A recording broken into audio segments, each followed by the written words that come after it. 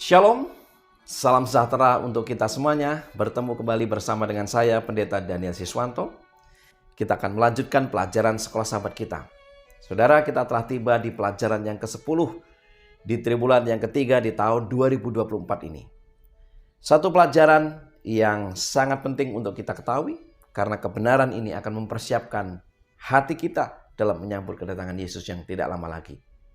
Dengan judul Hari-hari Terakhir. Namun sebelum kita mempelajari lebih lengkap, lebih dalam, mari kita tunduk kepala dan berdoa.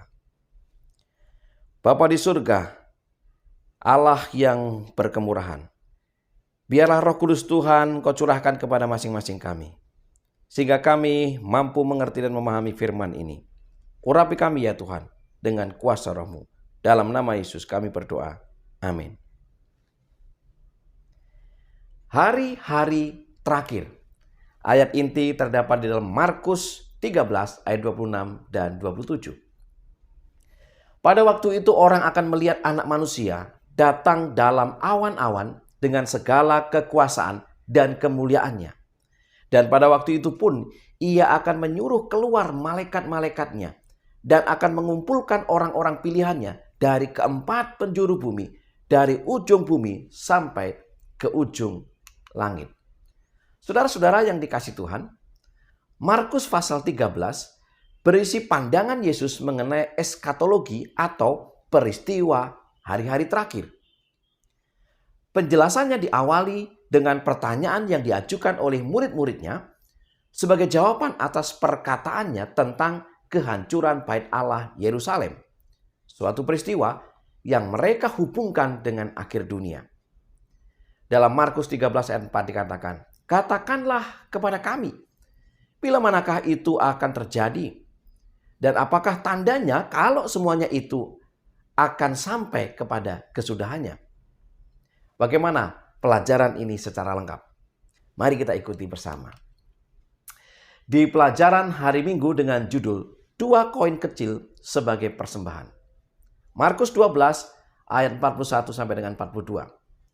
Pada suatu kali Yesus duduk menghadapi peti persembahan dan memperhatikan bagaimana orang banyak memasukkan uang ke dalam peti itu. Banyak orang kaya memberi jumlah yang besar. Lalu datanglah seorang janda yang miskin dan ia memasukkan 2 peser, yaitu 1 duit. Banyak orang membawa persembahan dalam jumlah besar untuk ditaruh dalam 13 peti yang terletak di pelataran perempuan dekat bait suci. Disinilah Yesus sedang duduk ketika dia melihat seorang janda mendekat dan menjatuhkan 2 peser atau 1 duit. Jumlah ini setara dengan 1/32 bagian dari dinar, di mana 1 dinar merupakan upah biasa bagi pekerja harian. Karenanya persembahan wanita tersebut cukup kecil. Banyak orang kaya menaruh uang dalam jumlah besar. Namun dia tidak mengomentari persembahan mereka saat mereka mempersembahkannya. Yesus tidak mengomentari persembahan orang-orang kaya ini. Namun persembahan janda ini mengundang akan pujian Yesus. Dia menyatakan bahwa janda ini memberi lebih daripada orang lain. Pertanyaannya adalah mengapa? Yesus menyatakan bahwa mereka memberi dari kelimpahan, tetapi janda ini dari kemiskinannya. Markus 12 ayat 43 sampai dengan 44. Mereka masih memiliki banyak yang tersisa. Janda ini memberikan semua yang dia miliki untuk hidup. Saudara, memberi untuk pekerjaan Allah tidak bergantung pada tindakan para pemuka untuk mendapatkan keabsahan. Kepemimpinan agama bait suci itu korup. Namun, Yesus dengan itu tidak mengiyakan tindakan menahan persembahan. Menahan persepuluhan atau persembahan karena para pemimpin melakukan sesuatu yang tidak menyenangkan, berarti pemberian itu terikat pada tindakan mereka. Gantinya sedang dilakukan dalam rasa syukur kepada Allah. betapapun menggodanya melakukan hal itu, yaitu menahan persembahan atau persembahan, hal itu adalah salah. Di pelajaran hari Senin dengan judul "Tidak satu batu pun di atas batu lainnya", diambil dari Markus 13 ayat 1 sampai dengan 2. Ketika Yesus keluar dari bait Allah, seorang muridnya berkata kepadanya, "Guru, lihatlah betapa kokohnya batu-batu itu dan betapa megahnya gedung-gedung itu." Lalu Yesus berkata kepadanya, "Kau lihat gedung-gedung yang hebat ini? Tidak satu batu pun akan dibiarkan terletak di atas batu yang lain. Semuanya akan diruntuhkan." Dalam pena inspirasi, Ellen G. White, Alpha dan Omega jilid 6, halaman 262, mengatakan, ketika perhatian Kristus tertarik atas keindahan bait suci itu, apakah gerangan pikiran yang tidak terucapkan dari Dia yang ditolak itu? Pemandangan di hadapannya sungguh indah. Tetapi ia mengatakan dengan penuh kesedihan, "Aku melihat semuanya." Bangunan itu memang ajaib. Engkau menuju pada tembok ini sebagai sesuatu yang tampaknya tidak dapat dibinasakan. Tetapi dengarkan perkataanku. Harinya akan datang bila satu batu pun di sini tidak akan dibiarkan terletak di atas batu yang lain. Semuanya akan diruntuhkan. Saudara, nubuat Yesus mengenai bangunan menakjubkan ini bagi pendengarnya akan terdengar seperti kiamat dunia. Karena itu, Petrus, Yakobus, Yohanes dan Andreas menanyakan waktunya kepada Yesus. Mereka ingin mengetahui kapan semua hal ini akan terjadi dan apa tandanya bila hal itu akan terjadi. Hal yang menarik perhatian dalam Markus 13 ayat 5 sampai dengan 13 adalah bahwa Yesus menghabiskan sebagian besar waktunya bukan untuk menggambarkan kehancuran Yerusalem, melainkan untuk memperingatkan murid-muridnya tentang apa yang dapat mereka harapkan dalam pelayanan mereka untuk mendirikan gereja Kristen mula-mula. Murid-murid tidak boleh tertipu oleh peristiwa-peristiwa yang bergejolak. Lagi pula, Roh Kudus akan memberi mereka kata-kata untuk diucapkan pada saat yang tepat. Bahkan ketika keluarga dan teman-teman meninggalkan mereka. Umat Allah tidak perlu takut terhadap kekacauan dan pencobaan. Mereka harus berjaga-jaga karena Roh Allah akan membawa mereka melewati kesusahan.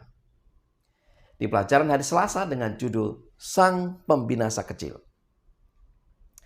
Markus 13 ayat 14. Apabila kamu melihat pembinasa keji berdiri di tempat yang tidak sepatutnya, para pembaca hendaklah memperhatikannya. Maka orang-orang yang di Yudea haruslah meralihkan diri ke pegunungan. Saudara, ketika Yesus berbicara tentang pembinasa keji di ayat ini, Yesus sedang mengarahkan murid-muridnya kepada kitab Daniel. Terminologi ini muncul dalam Daniel 9 ayat 27, Daniel 11 ayat 31, dan Daniel 12 ayat 11. Dengan paralelnya dalam Daniel 8 ayat yang ke-13. Kekejian tersebut kemungkinan besar merujuk pada penanaman standar kekafiran Romawi di Israel selama pengepungan Yerusalem pada akhir tahun 60-an Masehi. Inilah tanda bagi orang-orang Kristen untuk melarikan diri, dan mereka pun telah melakukannya. Tidak ada keraguan bahwa mereka yang memperhatikan tanda-tanda tersebut menyelamatkan nyawa mereka dari kehancuran yang akan datang. Ellen G. White menegaskan dalam Kemenangan Akhir halaman 31. Tak seorang Kristen pun binasa pada waktu penghancuran Yerusalem. Kristus telah mengamarkan murid-muridnya dan semua orang yang percaya kepada firman-Nya memperhatikan tanda-tanda yang sudah dijanjikan. Saudara, siapakah raja yang akan datang itu yang membinasakan kota Yerusalem. Kota ini dihancurkan oleh Jenderal Romawi Titus. Karena itu, masuk akal jika dia adalah raja atau pangeran yang akan datang yang dimaksud dalam Daniel 9 ayat 26 sampai dengan 27. Banyak ahli percaya bahwa kekejian ini merujuk kepada penodaan bait suci oleh Antiochus Epiphanes pada abad kedua sebelum Masehi. Tetapi penafsiran itu tidak cocok, sebab Yesus menggambarkan pembinasa keji sebagai sesuatu yang terjadi setelah salib. Daniel 9 ayat 26. Sesudah ke-62 kali 7 masa itu akan disingkirkan seorang yang telah diurapi, padahal tidak ada salahnya apa-apa. Maka datanglah rakyat, seorang raja memusnahkan kota dan tempat kudus itu. Dengan demikian, ayat ini tidak bisa merujuk pada sesuatu yang terjadi 2 abad sebelum pelayanan Kristus di bumi. Di pelajaran hari Rabu dengan judul Kesusahan Besar. Markus 13 ayat 19. Sebab pada masa itu akan terjadi siksaan seperti yang belum pernah terjadi sejak awal dunia, yang diciptakan Allah sampai sekarang dan yang tidak akan terjadi lagi. Saudara, ayat ini merujuk pada kesusahan besar yang tidak ada bandingannya sejak penciptaan dunia. Ini menandakan sebuah penganiayaan yang lebih besar atau lebih luas daripada yang terjadi pada kehancuran Yerusalem tahun 70 Masehi. Kesusahan besar yang digambarkan juga menggemakan nubuatan Daniel 7 dan 8, di mana kuasa tanduk kecil menganiaya umat Allah untuk 1 masa dan 2 masa dan setengah masa. Daniel 7 ayat 25. Yaitu periode nubuatan 1260 tahun literal. Waktu ini membentang dari tahun 538 Masehi hingga tahun 1798 Masehi. Selama jangka waktu 1260 tahun ini, kekuatan tanduk kecil menganiaya dan membunuh orang-orang yang tidak setuju dengan sistem pemerintahan gerejanya. Selanjutnya, Markus 13 ayat 20 berbicara tentang pemendekan waktu penganiayaan demi umat Allah. Secara historis, api penganiayaan memang berkurang setelah bangkitnya reformasi Protestan, sehingga memperpendek masa kesusahan. Ketika kekuatan tanduk kecil melemah, semakin banyak orang yang bergabung dalam reformasi. Namun kekuatan tanduk kecil itu akan kembali berkuasa seperti yang ditunjukkan dalam nubuatan Wahyu pasal yang ke-13. Satu pelajaran yang sangat penting Bapak Ibu untuk melihat tanda-tanda, membaca akan situasi di akhir zaman ini. Di pelajaran hari Kamis, kedatangan anak manusia. Markus 13 ayat 24 sampai dengan 26. Tetapi pada masa itu, sesudah siksaan itu, matahari akan menjadi gelap dan bulan tidak bercahaya dan bintang-bintang akan berjatuhan dari langit dan kuasa-kuasa langit akan goncang. Pada waktu itu, orang akan melihat anak manusia datang dalam awan-awan dengan segala kekuasaan dan kemuliaannya. Saudara, perjanjian baru penuh dengan nubuatan yang menunjuk pada peristiwa yang menakjubkan ini, yaitu tentang kedatangan Yesus. Rasul Paulus menggambarkannya secara rinci dalam 1 Tesalonika 4 ayat 13 sampai dengan 18, di mana Paulus berbicara tentang mereka yang telah meninggal di dalam Kristus akan dibangkitkan dan diangkat bersama orang-orang kudus yang hidup untuk bertemu Kristus di angkasa. Dalam 1 Korintus 15, Rasul Paulus berbicara secara rinci mengenai realitas kebangkitan orang mati yang terjadi pada kedatangan Kristus kembali. Pengajaran perjanjian baru yang konsisten adalah bahwa kedatangan Kristus kembali bersifat pribadi, literal, terlihat, dan terdengar. Setiap orang akan melihat dia ketika dia datang. Jadi tidak sembunyi-sembunyi, saudara-saudara. Mungkin pertanyaannya begini. Apa yang Yesus maksudkan ketika berbicara tentang angkatan ini dalam Markus 13 ayat 30 dan frase hari atau saat itu dalam Markus 13 ayat 32? Yang pertama, kata frase angkatan ini kemungkinan besar merujuk kepada generasi abad pertama yang menyaksikan kehancuran Yerusalem sebagaimana yang Markus 13 ayat 30 gambarkan.